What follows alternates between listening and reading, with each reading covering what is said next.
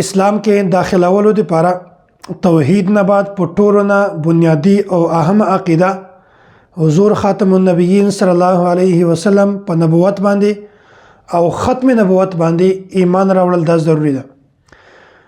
که چیرته څوک دا وایي چې زه په الله تعالی باندې ایمان راوړم، الله تعالی د توحید اقرار کوم، پیغمبر علیه الصلاۃ والسلام رسالت نه منم، دا سړی کله هم مسلمان نشي کېدلی.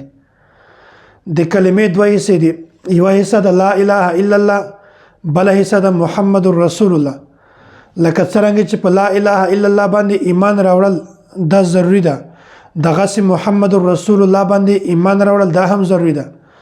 که چیرته څوک دا وایي ټوله زندگی لا اله الا الله وایي او یو هم محمد رسول الله نه وایي، نو د دو دا ټوله زندگی لا اله الا الله ویل د الله تعالی په حضور کې کله هم قبول نه ده. ځکه چې د انسان ایمان لپاره لا اله الا الله محمد رسول الله دا دواړه ضروری دي.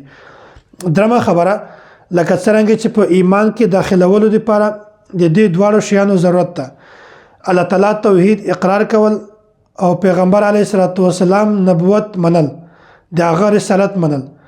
د غرنګ د ایمان تکمیل لپاره په خپل ځان او په نورو شیانو نه زیات د رسول الله صلی الله علیه وسلم سره محبت ضروری ده. که چیرته څوک دا وایي چې زه الله منم او د الله رسول منم، خو د الله د رسول سره په نورو شیانو نه محبت زیات نه وي، نو د داسې سړي ایمان هم مکمل نه ده، د داسې سړي ایمان ناقص ده.